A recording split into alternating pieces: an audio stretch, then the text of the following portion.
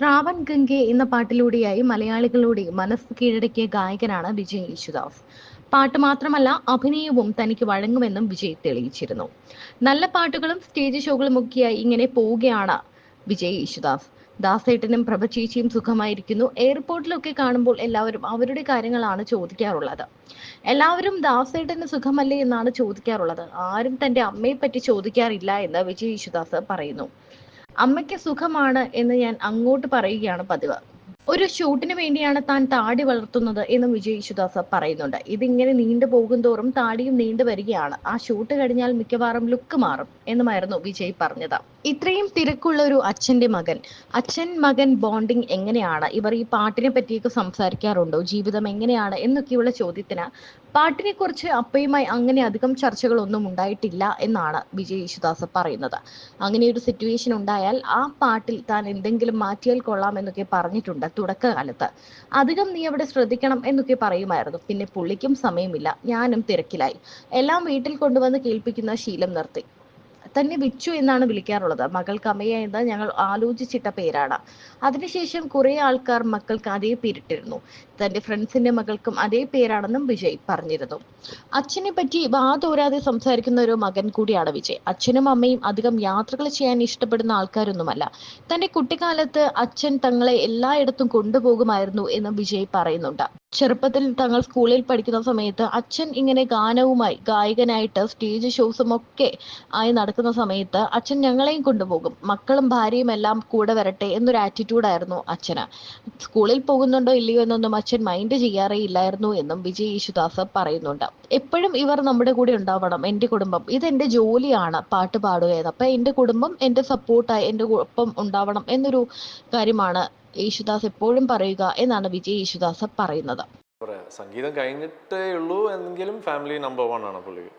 അപ്പോൾ ഞങ്ങൾ പണ്ട് സ്കൂളിലൊക്കെ പഠിക്കുമ്പോഴൊക്കെ ഞങ്ങൾ സ്കൂളോ ഇതൊന്നും നോക്കാണ്ട് ഞങ്ങൾ പ്രോഗ്രാംസിന് പോകുമ്പം പുള്ളിയുടെ ആവശ്യം എന്ന് പറഞ്ഞാൽ പുള്ളിയുടെ ആ ജോലി അതാണ്, അതാണ് പുള്ളിയുടെ ലൈഫ്. നമ്മളെ കൊണ്ട് ലൈക്ക് ഐ തിങ്ക് അതൊരു ലൈക്ക് ഒരു ഫാമിലി കൊണ്ടുപോകാൻ പുള്ളിയുടെ ലൈഫ് എന്ന് പറയുന്നത് അതാണ്, ആ സംഗീതം എന്നുള്ളതാണ്.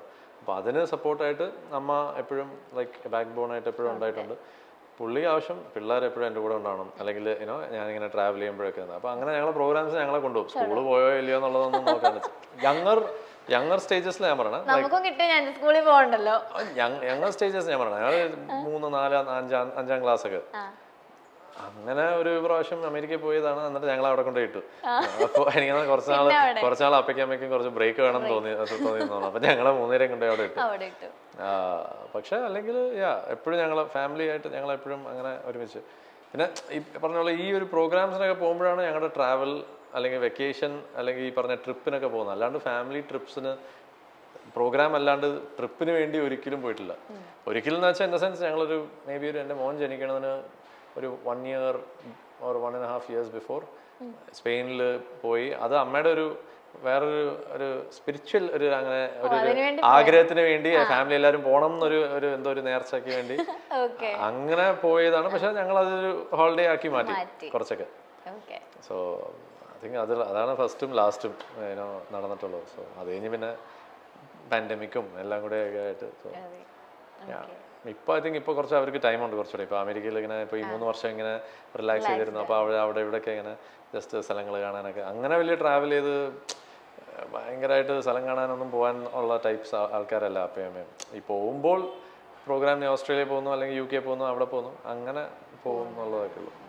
ദാസേട്ടൻ ഇങ്ങനെ കണ്ടിന്യൂസ് ആയിട്ട് വർക്ക് ചെയ്യുന്ന ഒരാളായിരുന്നല്ലോ. അപ്പൊ എപ്പോഴെങ്കിലും ഒരു മകൻ എന്നുള്ള നിലയിൽ ചേട്ടൻ എപ്പോഴെങ്കിലും അച്ഛനൊന്ന് റെസ്റ്റ് എടുക്കണം, അച്ഛനെ ഒന്ന് അങ്ങനെ എപ്പോഴെങ്കിലും ചിന്തിച്ചിട്ടുണ്ടോ? നമുക്ക് തോന്നുന്നില്ല അങ്ങനത്തെ ആൾക്കാർക്കൊക്കെ ഇപ്പൊ നമുക്ക് ആഗ്രഹം ഉണ്ടാവല്ലോ, നമുക്ക് നമ്മുടെ പേരൻസിനെ റിട്ടയർ ചെയ്യണം എന്നൊക്കെ. നമുക്ക് അങ്ങനത്തെ ഇപ്പൊ ഇതുണ്ട്. പക്ഷെ അതിന് ചില ആൾക്കാർക്ക് അത് പറഞ്ഞിട്ടുള്ളതല്ല. ഒന്നാമത് എനിക്ക് അപ്പയുടെ ലെവലിലുള്ള ഒരു ടൈപ്പ് ഒരാളിനെ എന്താണ് റെസ്റ്റ് ചെയ്യിപ്പിക്കാൻ പറ്റൂല. എന്ന് വെച്ചാൽ പുള്ളിക്ക് പറഞ്ഞാൽ ഇതിങ്ങനെ പൊയ്ക്കൊണ്ടിരിക്കുന്നതാണ്. പിന്നെ ഇവൻച്വലി ടൈം, ഏജ്, ഇങ്ങനത്തെ കാര്യങ്ങളൊക്കെ നമ്മൾ എപ്പോഴെങ്കിലും നമ്മുടെ അടുത്ത് പറയും, ഓക്കെ ഇനിയിപ്പോൾ കുറച്ചൊന്ന് റെസ്റ്റ് എടുക്കാന്നൊക്കെ. അത് ഇപ്പോഴാണ് ആ ടൈം. ഇനോവേ കറക്റ്റ് ആയിട്ട് ഒരു പാൻഡമിക്കും വന്നു. സോ പുള്ളിയുടെ ലൈക്ക് ഈസ് ഓക്കെ, ഇത് ആക്ച്വലി ഓക്കെ ഇനിയിപ്പോൾ ഞാൻ എന്താണ് ചില്ല് ചെയ്യാം. അപ്പോൾ അമ്മ ഇങ്ങനെ പറഞ്ഞാൽ നമ്മൾ നടക്കാൻ പോകുന്നത്. അപ്പോൾ അതൊക്കെ ഭയങ്കര മടിയാണ്. പക്ഷെ അല്ലെങ്കിൽ ഡയറ്റും കാര്യങ്ങളൊക്കെ വളരെ കൺട്രോൾഡ് ആണ്. ആ അത് കേട്ടു. അപ്പൊ എന്നിട്ട് പിന്നെ ഈ എയർപോർട്ട്സിൽ നടക്കുക, പിന്നെ കച്ചേരിക്ക് 3 മണിക്കൂർ ഇങ്ങനെ ഇരിക്കുക, ഇതൊക്കെയാണ് പുള്ളിയുടെ എക്സസൈസും. അപ്പൊ ഇങ്ങനെ ട്രാവൽ ചെയ്യുമ്പോൾ തന്നെ ഭയങ്കര അങ്ങനത്തെ നടക്കുന്നതൊക്കെ എപ്പോഴും ഉള്ള ഒരു കാര്യമാണ്. But he's like now is like okay അതൊക്കെ കുഴപ്പമില്ല, കുറച്ചൊന്ന് റിലാക്സ് ചെയ്യാന്നൊക്കെ. ഒരു മിസ്സിംഗ് മൊമെന്റ്സ് ഒക്കെ ഉണ്ടായിട്ടുണ്ടോ ലൈഫില്? അങ്ങനൊന്നുമില്ല. ലൈക്ക് ഇപ്പൊ ഞാനും എന്റെ ജോലി അത് തന്നെയാണ്. അപ്പൊ അതൊരു അണ്ടർസ്റ്റാൻഡിങ് ആണ്. ലൈക്ക് നമ്മൾ ഇങ്ങനത്തെ ഇതാകുമ്പോഴത്തേക്കും വിൽ ഹാവ് ടു. ഇപ്പൊ എന്റെ പിള്ളേരെ ഞാൻ അതുപോലെ എത്രയോ മിസ് ചെയ്യുന്നു. ഞാൻ എൻ്റെ ഒരു ഡിഫറൻസ് എന്ന് വെച്ചാൽ ഞാൻ കുറെ ട്രിപ്സ് പ്ലാൻ ചെയ്യും എങ്ങനെയെങ്കിലൊക്കെ. ഒരു സമ്മറെങ്കിലും ഇപ്പൊ ഞാൻ അവരായിട്ട് അമേരിക്കയിൽ പോയി, എന്നിട്ട് അവരവിടെ കുറച്ച് നാൾ അവരുടെ കൂടെ ഉണ്ടായിരുന്നു. അവിടെ അപ്പയുടെ അമ്മയുടെ അവിടെ വിട്ടു. അവരുടെ അമ്മ വന്നു, ഞാൻ ഇങ്ങോട്ട് ജോലിക്കും ഇങ്ങനെ ഓരോ ഫംഗ്ഷൻസും അവാർഡ് റെക്കോർഡിങ്സ് ഒക്കെ ആയിട്ട് ഞാൻ ഇങ്ങോട്ട് തിരിച്ചു വന്നു. അപ്പോൾ അവരവിടെ ഇങ്ങനെ കുറച്ച് അങ്ങനെ ഡിസ്നി വേൾഡും അങ്ങനെയൊക്കെ കറങ്ങാനൊക്കെ പോയിട്ടുണ്ട്. സോ അങ്ങനെ നമ്മൾ മാനേജ് ചെയ്യും എങ്ങനെയെങ്കിലൊക്കെ. ഇപ്പൊ ദാസേട്ടൻ അച്ഛനെ കുറിച്ച് നമ്മൾ പറഞ്ഞുകൊണ്ടിരുന്നേ, വിജയ് ചേട്ടൻ അച്ഛനെ കുറിച്ച് ചോദിച്ചാൽ സെൽഫായിട്ട് എന്തായിരിക്കും പറയാ? അച്ഛൻ പൊളിയാണ്. അതെ, ഞാൻ പറയാൻ പാടില്ലല്ലോ, എൻ്റെ പിള്ളേർ പറയട്ടെ, അത് ഞാനായിട്ട് പറയുന്നത് ശരിയല്ല. പക്ഷേ ലൈക്ക് ഞാൻ ഭയങ്കര അറ്റാച്ച്ഡ് ആണ് അവരുമായിട്ട്. ഇമോഷണലി ലൈക്ക് യുനോ നമ്മൾ എപ്പോഴും സംസാരിക്കുകയും ഞങ്ങൾ അങ്ങോട്ടും ഇങ്ങോട്ടും ഓരോ കാര്യങ്ങൾ ഓപ്പണായിട്ട് പറയും. ഒരു 14 8 വയസ്സാവുമ്പോൾ ജൂലൈയിൽ ഇളയാൾക്ക്, അപ്പോൾ 14 8 അപ്പം അവർക്കിപ്പോൾ എല്ലാ കാര്യങ്ങളും ഓപ്പണായിട്ട് സംസാരിക്കാനുള്ള ഒരു ഏജായി. എസ്പെഷ്യലി അമ്മയൊക്കെ. അവിയാൻ കുറച്ചുകൂടെയും ഇപ്പോഴും ചെറുതാണ്, പക്ഷെ എന്നാലും he is also very smart. എല്ലാ കാര്യങ്ങളും വാച്ച് ചെയ്യും, എല്ലാ കാര്യങ്ങളും നോക്കുകയൊക്കെ ചെയ്യും. സോ ലൈക് ദാസേട്ടൻ അവരുടെ കൂടെ ഉള്ളപ്പോ ഭയങ്കര ചൈൽഡിഷ് ആയിട്ട് അതാണ് എനിക്കൊക്കെ അങ്ങനത്തെ പ്രോത്സാഹനമൊക്കെ ഇപ്പോഴാണ് കിട്ടുന്നത് പുള്ളിയിടുന്നത്. പക്ഷെ അതെന്താ വെച്ചാൽ ഞാൻ പറയാ നേരെ മരുമക്കൾക്ക് എന്താണ് പ്രോത്സാഹനം ഭയങ്കരമായിട്ട് വാരി കൊടുത്തു, കുഴപ്പമൊന്നുമില്ല. എനിക്കൊക്കെ ഇത് കുറേ നാളെ ഇപ്പൊ വളരെ എന്തെങ്കിലും പാട്ട് ഇറങ്ങിയ നീ ആ പാട്ട് നന്നായിട്ട് പാടി, അത് ശേഷം എന്തായാലും അങ്ങനെയൊക്കെ. പക്ഷെ വളരെ റെയറായിട്ട് ശരിക്കും ഇഷ്ടപ്പെട്ടാൽ മാത്രമേ പറയുള്ളൂ. ഇപ്പൊ മാമൻ എന്ന് പറഞ്ഞ റിലീസായ പാട്ട് റഹ്മാൻ സാറിന്റെ, അപ്പൊ അത് ഇറങ്ങി. അപ്പൊ അതിങ്ങനെ എല്ലാവർക്കും ഭയങ്കരമായിട്ട് ഇങ്ങനെ നല്ല റിപ്പോർട്ടായിട്ട് ഇങ്ങനെ പോയിക്കൊണ്ടിരിക്കുക. അപ്പൊ അവിടെ നിന്ന് അമ്മ ഇങ്ങനെ വിളിച്ചു, അപ്പൊ വിളിച്ചു, ആ പാട്ട് ഭയങ്കരമായിട്ട് ഇഷ്ടപ്പെട്ടു എന്ന് പറയാൻ പറഞ്ഞു എന്നൊക്കെ പറഞ്ഞ്. എന്നിട്ട് ഞങ്ങൾ വീഡിയോ കോള് സംസാരിച്ചു, ഞാൻ നന്നായിട്ട് പാടിയിട്ടുണ്ട്, കൊള്ളാം എന്നൊക്കെ പറഞ്ഞു. അത് പറയുന്നത് വളരെ റെയറാണ്. നമുക്ക് ഭയങ്കര സന്തോഷമായിരിക്കും. നമ്മളതിങ്ങനെ ഓക്കെ കൂടുതൽ എക്സൈറ്റഡ് ആവണ്ട, നമുക്കത് ശീലമായല്ലോ, അങ്ങനെയാണെന്ന് നമുക്ക് അറിയാലോ. ഓക്കെ, അപ്പോ ഈ മ്യൂസിക് ഇൻഡസ്ട്രീനെ പറ്റിയിട്ട് അപ്പൊ എന്തൊക്കെയായിരുന്നു പറഞ്ഞു തന്നിട്ടുണ്ടായിരുന്നെ? ഇപ്പൊ ലൈക്ക് അവിടെ നമുക്ക് ഈ പറഞ്ഞ പോലെ പറഞ്ഞു തരാനൊന്നുമില്ല. ഞാൻ കണ്ടു വളർന്ന കുറെ കാര്യങ്ങളുണ്ട്. പിന്നെ ഞാൻ പറഞ്ഞില്ല, കാലങ്ങളിൽ ഞാനിങ്ങനെ എന്താ ലൈക്ക് എങ്ങനെ ഇത്രയും വെയിറ്റ് ചെയ്ത് ഒന്നും വരുന്നില്ല അല്ലെങ്കിൽ. അപ്പോൾ എൻ്റെ അടുത്ത് പറഞ്ഞിട്ടുള്ളൊരു കാര്യം ഇത് മാത്രമേ ഉള്ളൂ, നമ്മുടെ ഒരു സ്കിൽ, എന്തെങ്കിലും നമുക്കൊരു സ്കില്ലുണ്ടാവും.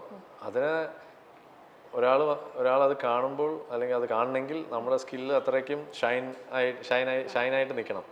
ലൈക്ക് പ്രോപ്പറായിട്ട് നമ്മളത് മിനുക്കി നമ്മൾ ഡിസ്പ്ലേയിൽ വെക്കുമ്പോഴത്തേക്കും കണ്ട് ഇത് വേണം എന്ന് ഒരാൾക്ക് തോന്നണം.